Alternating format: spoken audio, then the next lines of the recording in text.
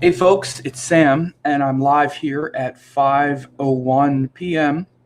on Wednesday, September the 2nd. And I'm going to be talking about the nodes in Taurus and Scorpio that's going to be happening on, in a couple of weeks. And this and I'm going to be talking about them historically, some of the things that have happened when the nodes shifted and, when the nodes were in Taurus and Scorpio. And this is a handout from a recent web class that I did, and I'm going to be talking about this.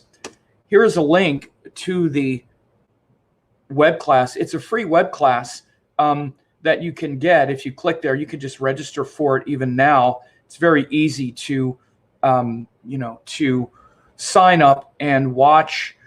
You just go to a page, it looks like this, and you wind up being able to just reserve a seat. You just click there and you select a date and time. You can either watch an instant replay or get a link to it, or you can pick time to watch it. And again, it's a great way to be prepared for the next cycle, which is coming. And one of the biggest things is that you'll learn what this nodes in Taurus and Scorpio mean for you for the next year and a half. And again, you should really know this. It's based on your ascending sign. Best way to stay centered during this transformative time. Of course, we all know how transformative things are right now. So Rahu and Taurus, Ketu and Scorpio for the next year and a half is going to be big. And again, we're going to talk about some of the historical implications today. I'm going to talk about what happened the last time Rahu went through Scorpio and Ketu went through, Rahu went through Taurus and Ketu went through Scorpio. Then I also have on the web class, I talk about the nodes in Taurus and Scorpio nakshatras. Again, very important when it shifts into the different nakshatras.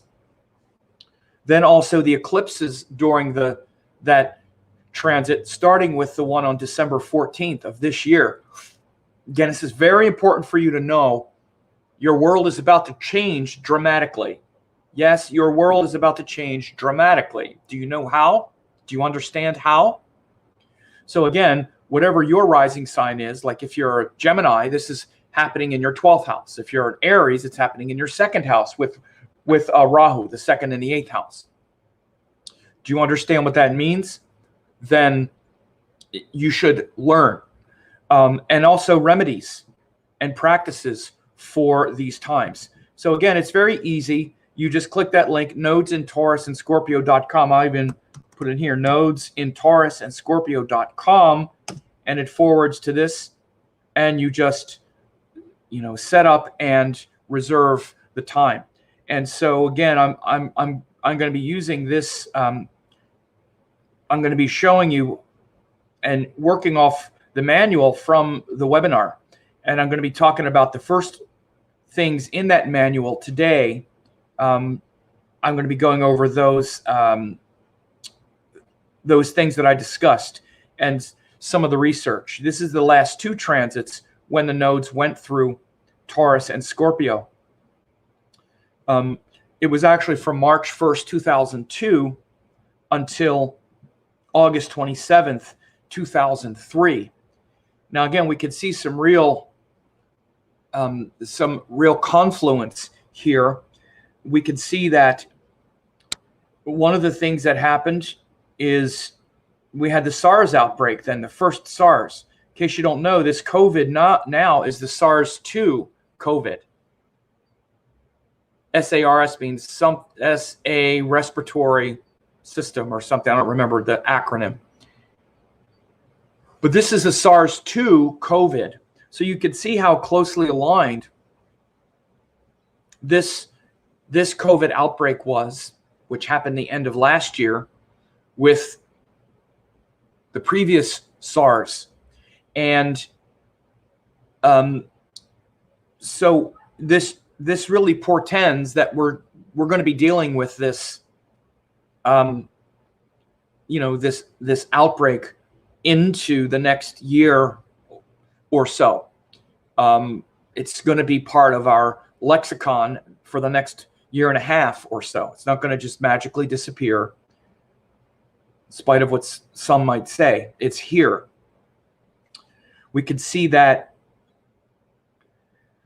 We also had the Iraq War. This was when the liberation of Iraq, right? That's what they called it, the liberation of Iraq. I remember it well, and I was not in favor of it.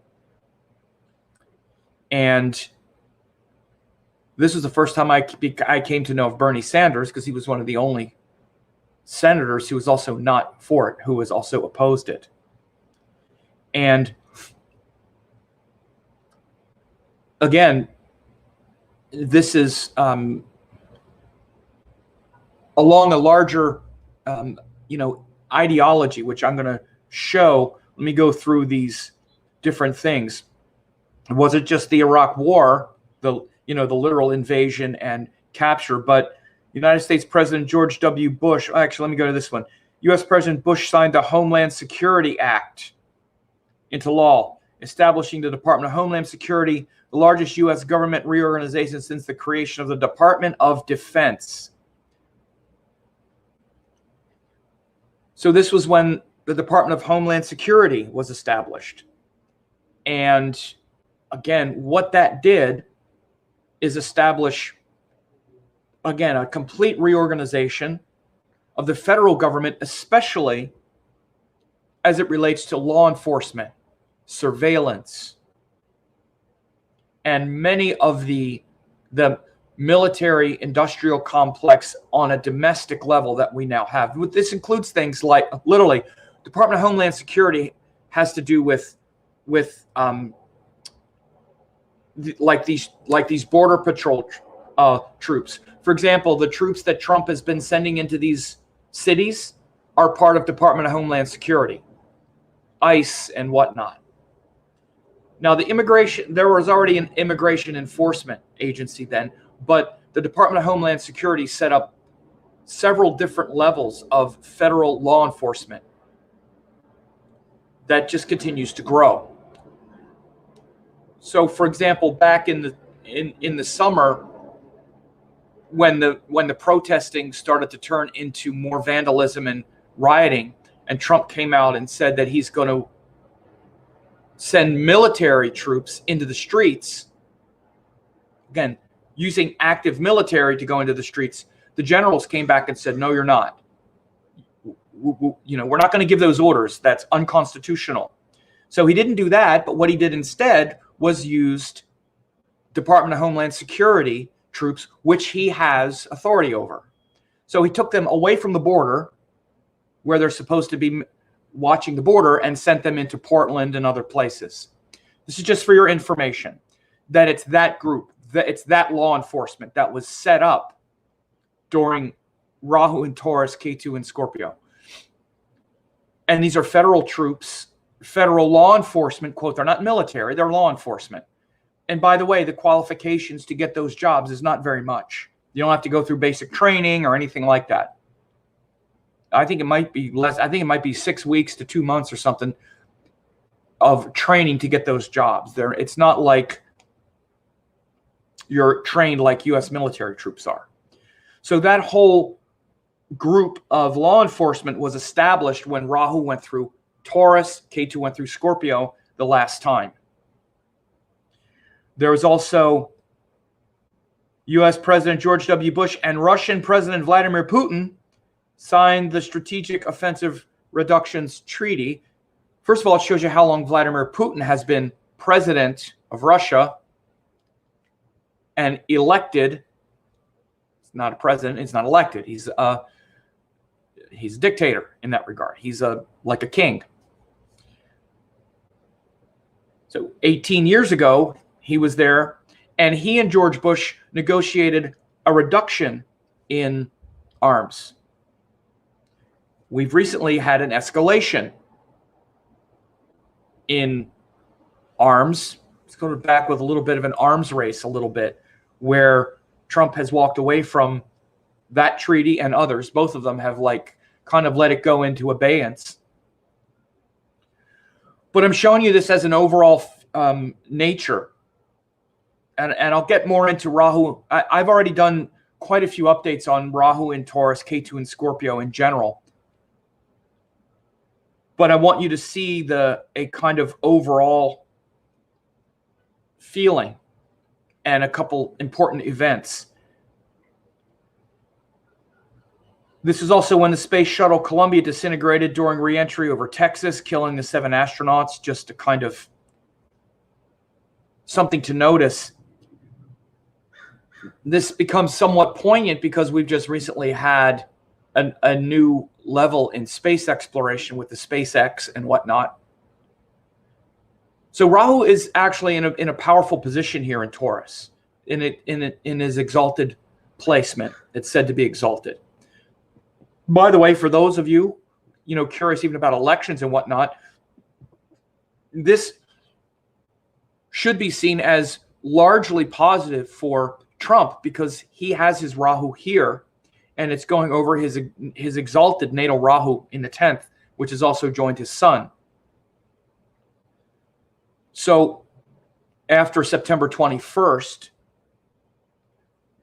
we should expect to see the polls tighten a little bit, perhaps in favor of Trump. I wouldn't be surprised.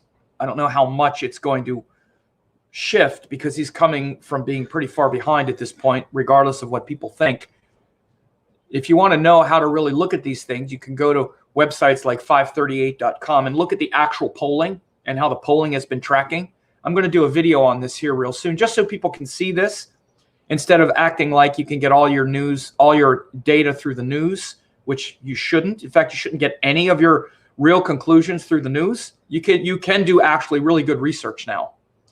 And polling data is really aggregated now, so you can see what's going on. But anyway, aside from that, that transit of Rahu into Taurus, it's a Rahu return for Trump, and he's got his sun there, so it makes him, it gives him a lot of power in the public in that sense. But aside from that, that transit itself, with Rahu being exalted in Taurus and Ketu in Scorpio, excuse me, something in my mouth, shows a stabilizing of that unstable, volatile nature, especially of Rahu in Gemini. And it also shows, as you can see by several of these indicators, especially that Iraq war and that Department of Homeland Security and that reestablishment of all of these protective measures to protect us all from scary terrorism. Terrorists protect you. So we're going to create a whole new government agency so we can more easily survey you and invade your home and encroach on your liberty. Again, this followed the Patriot Act. But during this time is when that Homeland Security was signed into law, and that Department of Homeland Security is now huge. It's also, DHS is in the airports, all those invasive searches, all of the suspension of habeas corpus rights and stuff. If you're suspected as a terrorist, Department of Homeland Security almost guarantees they can do anything. They could snatch you up without giving you your rights or telling you anything. Very scary stuff happened with this Department of Homeland Security so that we can feel safe. And again, this is one of the things of Rahu and Taurus, this illusion, which is Rahu, of safety, security, stability. By the way, I think it's one of the big reasons why Trump, this is his kind of fallback position, is scare the hell out of everybody and make them think only I can keep them safe. He's got Rahu's sun and Taurus in the 10th house. His whole campaign in 2016 was about that. Of course, he's making this one the same thing as far as politics is concerned. It's very easy and natural for him to just get up and go on about that, right? And so he's even saying now, that's what I'm going to do. And it could be, maybe it's not as effective yet now, but it could get more effective. And he should get a benefit from that rhetoric and in general after November 21st. But again, this is very noticeable. And again, especially with the connection to SARS, which I thought was really interesting. And also, this is when the Human Genome Project was finished during this time. Of course, the Human Genome Project has been very important for obviously mapping our entire genetic makeup. And even right now, we have all kinds of colliding purposes, even as it relates to vaccines.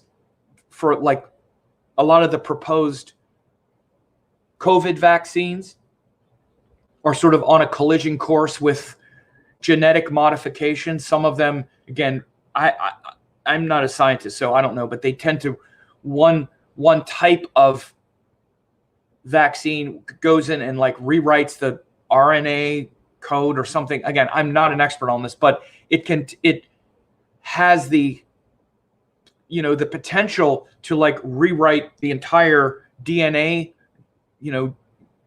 genetic structure just to give a,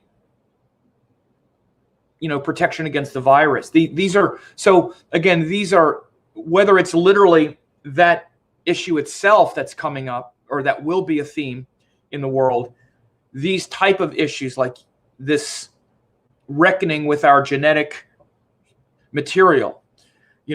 There's been recently, even just in the past couple weeks, quite a bit. I've seen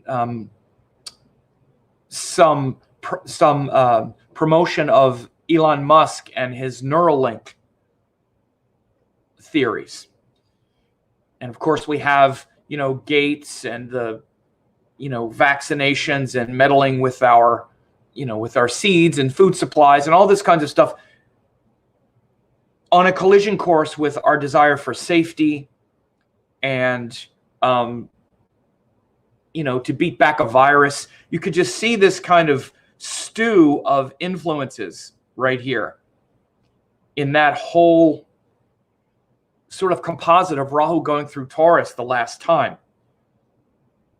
Even this relationship with Russia, U.S. President George Bush and Vladimir Putin signed a strategic offensive reduction treaty. That would be nice if it's a reduction again. But again, you still see the issue of arms and wanting to be safe. So we have to be safe. Let's establish the Department of Homeland Security. So in order to be safe, we're going to create this gigantic federal bureaucracy that has almost unlimited rights to meddle and to encroach upon your freedoms and liberties. And once these things are established, it's impossible to unestablish them. Once it's done, usually.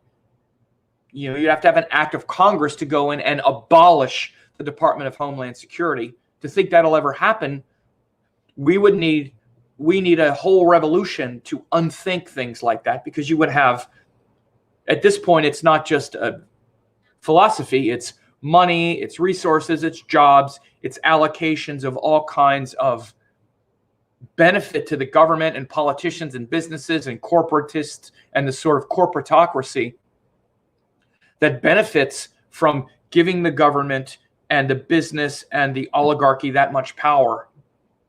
If we would ever dismantle something like that, it would be going against everything imaginable. By the way, I'm just going to say this, and if you're easily offended by my sober look at Donald Trump, then you might get upset with some things I say. But the fact, you want to talk about the deep state, this is as much deep state as it gets. And to think that Donald Trump is somehow saving us from that is an absolute fantasy.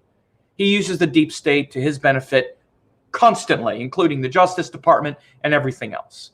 Donald Trump sending deep state troops into cities. That's what he's doing. So again, I understand that those who don't believe it, but I'm saying this to the rest who are like, sort of look at this stuff and wonder what all that means. This is deep state. As deep state as it gets. This part of the deep state was conceived of the last time Rahu went through Taurus. We had enough deep state before that. This was like deep state on steroids. And we saw it even when the troops went into like Portland and unmarked vans. Nobody even knew who these people were. No insignias, no badges. People are like, who are you? Who do you work for? What agency is this? In unmarked vehicles, throwing people into vans in the USA. Well, that's who they were, right? And so that whole cadre of law enforcement or whatever, deep state, was established then. So this is the mindset, right? Because Rahu creates an imagined fear, this stress and this imagined fear. In the negative, it can produce things like, okay, we'll give up some of our freedoms to feel safe. We don't care that it's unmarked law enforcement, unknown law enforcement from somewhere. If they're going to throw Antifa or people who you're going to tell me it's Antifa, you're going to throw them in trucks and go take them to undisclosed locations and interrogate them without any rights and then let them go. I don't care. I just want to feel safe. That's that expression of it. There's other expressions of like maybe thinking on the other side, if you maybe think that, you know, that you do literally have these roves of dangerous, you know, rioters who are going to go in and destroy the suburbs and destroy the country. Again, we'll be willing to, or we have to be vigilant about, you know, the willingness to give up our freedoms in order to get more security. And again, you can literally see that we went to war. We literally started firing bullets and dropping bombs, and the decapitation strike is what it was called. I remember, and I cried that night, and I don't cry that much. And I was just like, I can't believe we're actually going to do this. There's, you know, I lived in San Francisco at the time, and even in San Francisco, I have to say, well, not most, but many of the people around me were like, they just totally bought it, hook, line, and sinker. You know, it was all the liberation of Iraq. That's what it was called. That's, you know, the liberation. Politicians always cloak this stuff in inspiring language. Like you've heard me say, we're in this Leo cycle. Politicians and presidents, they always cloak war in some virtuous cause. It's never for anything other than to liberate them. And again, it's, you know, that happened. And there's a lot of opportunity. There would be a lot of opportunities in the next year and a half to liberate some people from their leaders that we don't like as well. And that doesn't bode, and that bodes scary for whoever wins the presidency. You know, Biden is as much, you know, a potential warmonger as anybody else, frankly. And there's enough hot spots around to where, you know, Biden could win. And then, you know, 5 months from now, it's like, okay, Russia, you've made a little move now. Our troops are going into, you know, Poland or Ukraine. And before you know, or Iraq or you know, Iran or anywhere, there's no shortage of hot buttons to where this next year and a half could have these qualities so that we can feel safe and protected. Now, again, in another way, I talk about this aspect of feeling safe and protected because that's also going to be our motivation. I think one of the big motivations, one of the biggest motivations for the upcoming U.S. election is who do we think is going to make us safer and more protected? Again, one might say that sensibly maybe Biden would be the one just because all this upheaval is happening in Trump's America. Didn't happen so much in Obama's, at least not to this degree by any means. But then again, there are people who look at the two and say, no, Trump can make us safer, even though things are going on this way now. He's the one who's, you know, if he keeps hammering law and order and whatever else it might be, and that he's willing to do all of these things, there's a certain amount of people that will think that. But that's going to be a motivation. So this is what I'm saying with this shift. And we can see in the past with this whole idea about safety, security, and our imagined fears that we're not secure. By the way, it also has to do with money as a means of security and safety. Because, of course, let's be real, the ones who really love the war are the companies like Halliburton and the ones that finance the war. The people that go over and fight the war, they don't care. Taxpayers pay for it, and wealthy corporations get wealthier. Raytheon and, Boeing, and, people that make the weapons of war, the machinery of war, they love it. It's a war machine is a jobs program now for the government. The Department of Homeland Security and all that, again, this is a jobs program as much as anything for the government.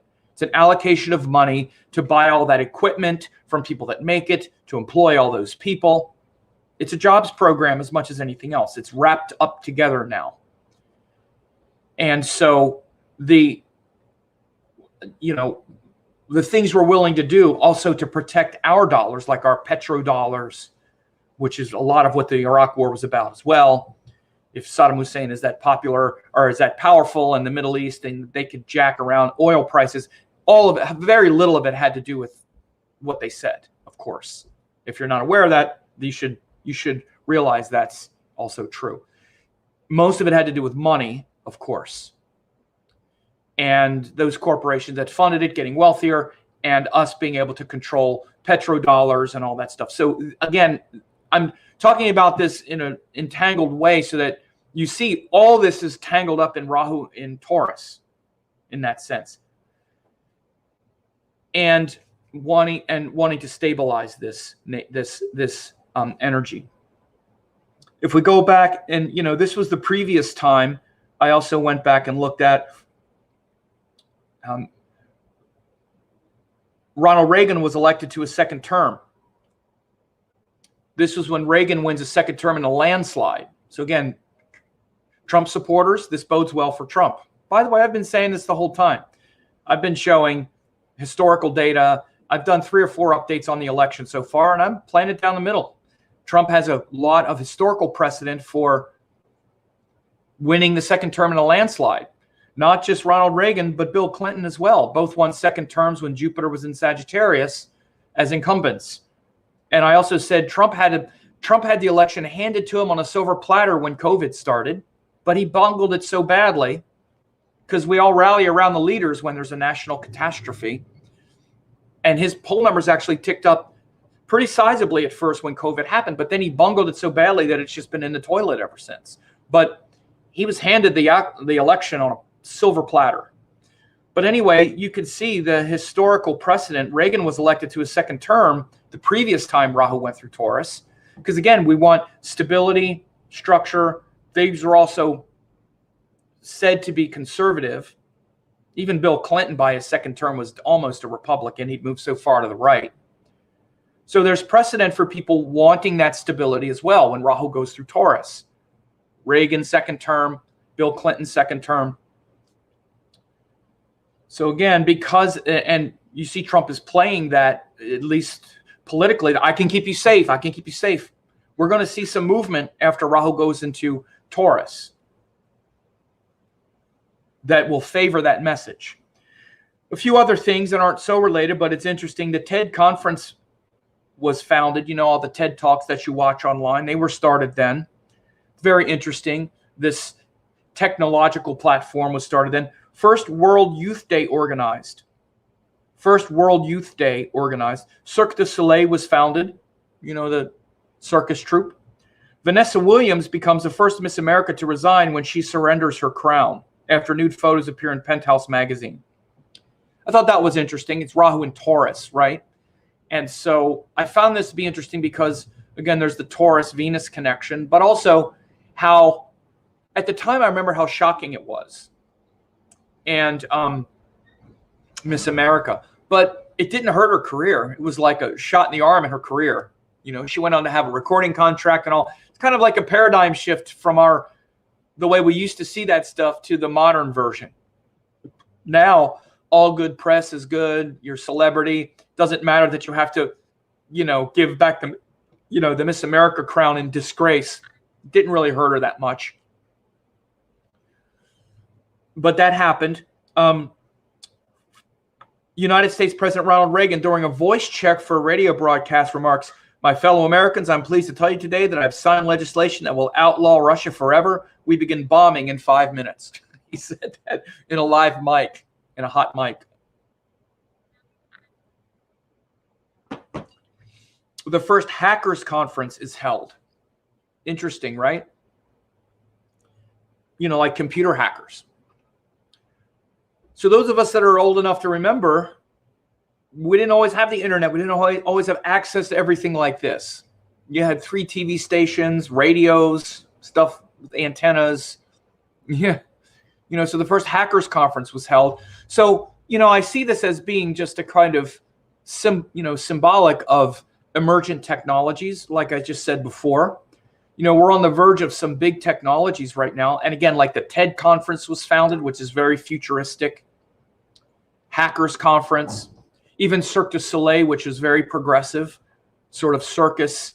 You know, the circus was like elephants and jugglers. Now you got Cirque du Soleil, and it was this whole sort of innovative approach, even to circus, right? Very, very kind of futuristic around like entertainment and stuff. And so one of the things I think is going to happen as well is that we're on the verge of a lot of interesting technologies, and especially things like, again, I talked about Elon Musk and his Neuralink. And of course, we're also talking about all this stuff, the potential with Gates and vaccines with like microneedle tattoos and all this stuff. And again, we're at a very interesting, tricky tipping point with technology and AI, and again, right on the verge of what could take the sort of brave new world into a very strange direction because of our, because of the reach of technology now, especially making computers that interface directly with our brain and stuff. This is just like, Elon Musk, everybody goes crazy about Bill Gates, and he's scary enough, but Elon Musk is like just as bad as far as what he might be thinking that people want. Who asked these people to do this crap? And again, the thing we always have to be careful of is that the people with the money have a lot of interest in something like that, like being able to buy some Neuralink technology that you could plant in people's brains and read their thoughts and pull them out and put them on a hard disk and put thought into their head. I mean, this is a transition between humans and, cybernetics. This is like really pushing the envelope here. And we're on the verge of a lot of this kind of stuff right now. And so, again, it's Rahu and Taurus, Ketu and Sagittarius, Ketu in Scorpio is really showing a lot of this. So I've talked a lot about the Rahu and Taurus part because, again, we always see the active end of the node is the Rahu end. Just like this last year and a half, what we've really noticed externally is all the Rahu stuff, all of the information, where we're turning away from our beliefs, what we previously held as a belief, which is Ketu and Sagittarius. And now our beliefs have been shaken up so much, now we can believe almost anything.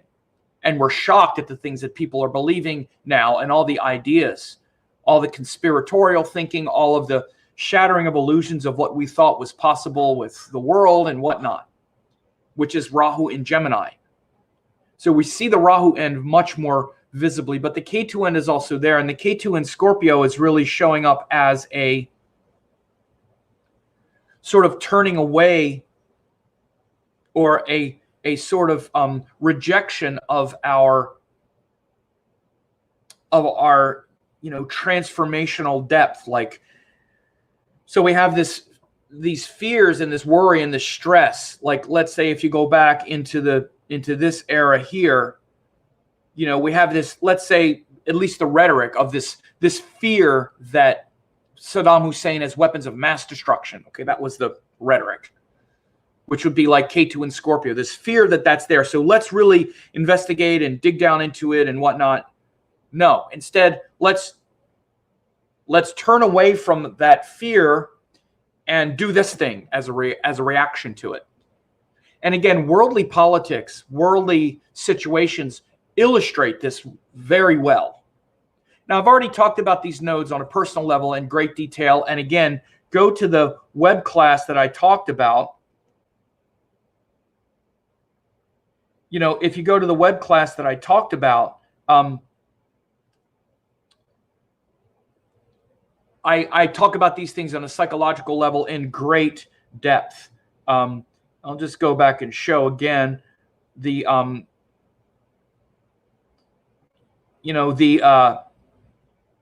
things that I go over in that web class. No, where'd it go? Talk about all kinds of things, not just the not just the not just the political and the social. Again, I'm going over this nodes in Taurus historically today, but I'm also talking about the nodes in Taurus and Scorpio nakshatras, the psychology behind all of that, how it's going to affect you personally, of course, in all 12 signs and different areas of your life. So I do a lot of that personal accounting and reckoning on the web class that you can get. But when we're looking at it historically, and we're looking at the implications for our world and how it's going to move things, I think it's important to just sort of look at it this way and what the motivations are behind it. And we can definitely see where this desire to be stable and safe and is both a blessing and a curse. And again, it could be a very good time for you to double and triple and quadruple down on your values, those things you value the most. At that time when I also, that's really the time when I started to go totally 100% into Vedic astrology and doubling and tripling down on my values and my value system and what I wanted to really concentrate on. And Ketu and Scorpio also gave me a lot of incentive to really drill down into my inner turmoil, my emotional stresses and fears, and bring those things together. So that's definitely a larger part of what's going on. Again, I'm not talking about that so much in this update. In this update, I'm just talking about the current events and the last time Rahu went through Taurus and Ketu went through Scorpio. So I would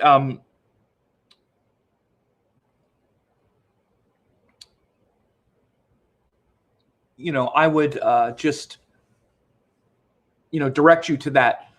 And we have a lot of higher possibility now with where things are going, and we're on the verge of a new at least world, and certainly in the U.S. with our election and whatnot. There's so much. We're right at like a sort of razor's edge of going one way or another. I'm going to do another update here real soon about the USA chart, which I'm pretty sure, at least the way I work, that the ascendant is Scorpio, not Sagittarius. This transit, this shift, even reaffirms that. Let me just open up the chart here. And again, this where we're at right now with the if we go forward, a couple weeks here. So again, where we're at right now, you see Rahu is here. This is September 8th, 15th, and then it moves into, Ketu moves into Scorpio, Rahu moves into Taurus, end of September. Again, the typical USA chart that most people have been using has Sagittarius rising, and I came out a while ago and said I think it's Scorpio rising. And again, this transit reaffirms that, because I think, again, many people thought that we started a whole new cycle, with Trump being elected and all of this kind of stuff, and then those planets going through Sagittarius was said to be the first house of the United States. I don't think it is. I think it was the second house. And I think, and again, because we've had so much upheaval the last couple years, I understand why people would think that. Why people would think, oh yeah, we're now totally shifting. But no, we haven't, because what happened since Trump became elected and the levers of the government have been somewhat holding, the rails have been holding, sort of. He's been pushing the rails in a lot of different directions. Maybe you think for the good. So far, most Americans don't think it's been for the good. And again, we have ample polling. Disapproval ratings have never been positive for him. They've always been negative. But the democracy as we know it has held for the most part. But now we're at a point where 4 more years of it, we're not really sure. And the country is now seeing, at least on a political level, what is it we're going to be? Are we going to be this country that is actually believes that there's big shifts that need to change? Again, because you're seeing how much all this, like the systemic racism and this stuff and all the upheavals that we had over the summer is making a clear choice between that and people who say, oh, that's just overreacting. We need law and order and that other message. And it's like, boom, it's really coming now. And in a lot of ways, this election is really about that. And again, that's what I'm saying is the kind of razor's edge that's happening now with Ketu going into Scorpio. That would be the first house of the United States. Right now, we're saying, which one is it going to be? And again, that's what Ketu does. Ketu drills down into things and says, what is it? It's like a laser. It concentrates that energy like a laser on that thing. So this transit of Ketu through what I think is the first house of the United States is now saying, by the way, it was very much like that in 2003 in the Iraq War as well. Look at the last big thing that we did. We had 9/11. 9/11 was a catalyzing event, but what happened after 9/11 has determined where we are now more than anything else. And it wasn't the 9/11 attack. It was the Iraq War afterward and everything, and the Department of Homeland Security and all this stuff I just showed you. That response has had more to do with where we are now than the actual event. And again, so go back and look. Even that last time when Rahu and Ketu go through this axis,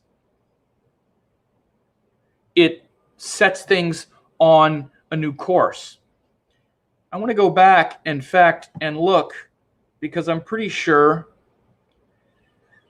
that the last time when Rahu went through Scorpio, okay, yeah, so that was 2011.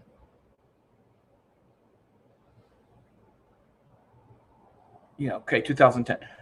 So anyway, this is this transit is huge in a kind of resetting for the US as well.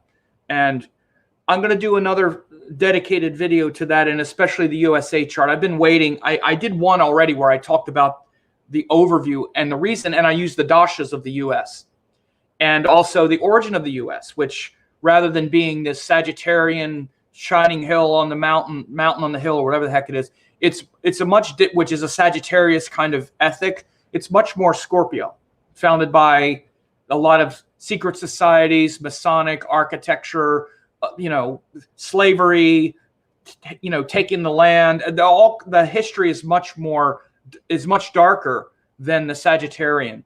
Not just the history, but also I looked at the dashas. So I'm going to do another update on that. But it's connected with this transit of Rahu through Taurus and Ketu through Scorpio, because we're seeing this kind of resetting as well. And again, all this revolves around things like money and value and safety and what we're willing to do to get it, to keep it, what we actually think is safe. Again, do we really think a short-term safety, wherever we find it, let's say a law and order is really the thing? Law and order in the face of what? In the face of hundreds of years of inequality. And again, yes, there can be overreaction to that for sure. But to just call the whole thing law and order is a huge blind spot as well. Most people think this. And so we're at a kind of turning point right now where a lot of these themes are coming out. And this is, you know, what we're talking about. So I'm not going to take much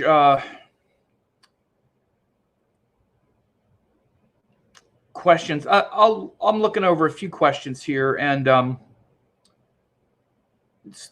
lot of it is a lot of crap, frankly. Sorry, just that there was someone trolling and whatnot. I don't know. That's why I don't look at it. But by the way, someone did ask a good question, and I'll answer it. Let me look and see here. This where someone said if it's exalted, here it is. Someone said, why is this position exalted when it doesn't sound so great? Well, again, because exalted doesn't necessarily mean so great, number one. It's and again, I talk about these things a lot, but I'll just, it is a good question because especially with the nodes, they're very tricky and they're unstable. And again, when we're talking about something like stabilizing energy, when we're talking about something that's volatile and sort of confusing, the reason it winds up being exalted is because it winds up stabilizing it. And stabilizing something that's volatile has a real benefit, particularly if it's something that can, you know, like ruin your life or something like that. So the reason Rahu is beneficial in Taurus is that it's stable. Again, the moon is also exalted here. And again, it can stabilize the emotions, but it can also create a lot of stubbornness, a lot of attachment, and the negative qualities of Taurus. So again, the simple answer to your simple question is, you know, I never said it was so great. Exalted doesn't necessarily mean it's so great. But it's a good point because exalted is a sort of judgmental word. What is beneficial, though, is that, and again, I talked about this in the web class a lot. I talked about a lot of the on a more personal level. What I'm talking about now is cultural and in other ways where we have to be careful of things. But I will also tell you at the time, now we look back in retrospect, it was a big mistake. But at the time, if you lived through it, Rahu going through Taurus at that time did feel exalted. The country was wildly behind the Iraq war at the time. Every congressman, everybody practically voted for it. So at the time, it was a feeling of exaltation. Hardly anyone was questioning the Department of Homeland Security. Oh yeah, we got to be safe, secure. Yes, now we feel safe and secure. And it was exalted. That's how it felt. That's how it felt. Patriotism, we were there were reporters embedded with the troops as they rolled through Iraq, and people waving the flag. Now, in retrospect, everybody said they hated it. That's frankly, a bunch of BS.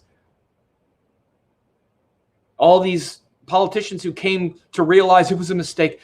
You didn't need to be a brain surgeon back then to know it was a mistake. You needed to have a few brain cells and be able to look at anything with a reasonable amount of sobriety. And again, even in San Francisco, many of the people that I knew and worked with, they were behind it. They thought because they were scared into believing it. He's got weapons of mass destruction, so we got to take him out, and it'll be quick, and we're liberating them, and he's a dictator, and it'll be easy, and we'll be greeted as liberators. There was a bunch of propaganda around it. So at the time it was happening, it did feel great. Just like now. We'll be living it in real time. So what I'm saying is that I'm showing these examples because it's about to shift. And we're, especially like as we're about to vote or something like that, we're looking for something that's going to make us feel stable. What is it that we think, okay, this is the thing that's going to help me stabilize the energy, because I want to feel that certainty and that stability. And again, we need to be careful. So, you know, and in some ways, and for some people, it was a powerful thing. A lot of people got rich off the war. A lot of people got a lot of stuff from it. And, you know, so it's a good question. And those of you who study astrology with a lot of nuance understand that things aren't that simple. But but because this language is used and there is a lot of judgment often put, behind these words, a lot of astrologers do make it out like it's good. All of this stuff. Look, one of the things I'll leave you with this, the last thing is that, because my background in all of this started with meditation and Vedanta and Vedic wisdom, and that the world is Maya and the world is illusion and all of that. I never leave that. That's always happening. So everything astrological is filtered through this idea that all of it comes as some illusion. This illusion of all of it is filtered through our illusion and our projection. And it represents a possibility along this arc of possibility. And the arc of possibility is the container of every astrological placement. Because we call it exalted doesn't mean it's still not filtered through Maya along an arc of possibility or probability. And so the dignities of the planets, which is what exalted means, is just one of the factors around the arc of probability. But again, the more exalted it could be, the more illusion we get around that as well. Meaning when it's exalted like that, then we're getting that we're apt to do something to do something extreme because we're really believing it then. It's like, oh, I really believe this now. Okay, that's it. I get it. Right? And the thing to do, yes, okay, I get it. He was dictator. We'll be greeted as liberators. It's going to stabilize everything. We'll be heroes. Okay. And again, what the exalted does, like the exalted Rahu especially, is make the illusion really strong. So in many ways, exaltation, especially in many ways, it's just like magnitude. It's just like a magnifying factor. Again, you can have an exalted malefic that magnifies the difficulty, for example. And that's not just natural, but it's functional as well. An exalted Venus for Leo can be an extremely dangerous planet because it's magnifying the third and 10th lord in the 8th house, and the person is really believing it in the moment. So astrology is subtle, and it never takes you somewhere that Sanatana Dharma and Vedic wisdom would ever lead you. And the foundation of Sanatana Dharma and Vedic wisdom is always this. Astrology is operating within that. So it's always operating within a range of possibility, and all of the planetary and astrological calculations are to get an idea of what that probability is and how it's going to arrive, what it's going to feel like. So it doesn't matter what the powerful or negative or difficult thing is, it's always within that range. And so you can see how lit up that Rahu and Taurus was. We had the SARS, we had Iraq War, we had Department of Homeland Security. It was like full on, man. We like went wild at that time. That was like the full on thing, man. Right? Full on. Because that's often what the exalted does. It blows it up. It says in Prashar that it gives 100% of the effect when it's exalted. Right? 100%, which is like, man, it's like lit up. And so when Trump was born, for the president, he's got Rahu there with the sun. It's very powerful. It's the most powerful part of his chart, and he's about to have that return. So it would be impossible to say that that's not going to benefit him in some way. But again, it's very tricky with Rahu because it's benefiting this part of him, which is this public figure who can just be wildly all over the place, because we also see that. He's all over the place a lot. And when Rahu goes over his natal Rahu, it's going to magnify it. And again, it's hard to think that that's not going to be somewhat of a benefit, but we always have to look at all of that within the context of dashas, other transits, other things that are going on. And like I just did an update last week or whatever it was, that his dashas aren't that favorable now. So all of that is read in context. You don't take any one thing out of context. I'm going to be I have a couple more updates, especially for, things like the election. It's very interesting times. That's why I'm doing a lot of these updates now, because there's so much going on right now, and I find it just fascinating. So I'm glad a lot of people are watching these updates, and I hope they're helping you. And whatnot. I see Sharon, Kenny, Rudy, Sharon, love you. I know you're doing great work. I know who Smile If You Don't Exist is. You should send me an email or something. Let me know what you're up to. And so again, there's just so much going on right now. Lisa La Rosa, thank you for that. You don't have to pay me or anything, but I appreciate that you want to do that based on your, wanting to give something back. But all right, folks, I'm going to end it there, and I hope this was helpful. And again, if you didn't get the that Rahu course yet, go ahead and get that free, Rahu in Taurus, nodes in Taurus and Scorpio web class. I'm sure you'll really like it. So you all take care, folks.